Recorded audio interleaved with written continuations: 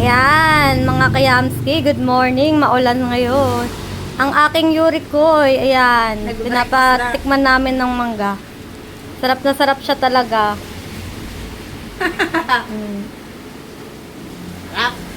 Diba? Kakit-kit ng baby namin na yan. Ano, wag mo ano yung buto? Pinapatikman lang namin siya ng mangga. Kasi kailangan din naman ng mga dogi ng mga prutas. Prutas. Kaya may immunol pa yan. May inom pa vitamin sila yan. ng vitamins na immunol. Ayan. Sarap! Oh. Diba? Wala na pong laman yun. Kinain na kasi ng pinapatikman lang. Pinapalasa-lasa lang. Yuri! Sarap ba, Yuri? Sarap ba ng Yuri? Diba?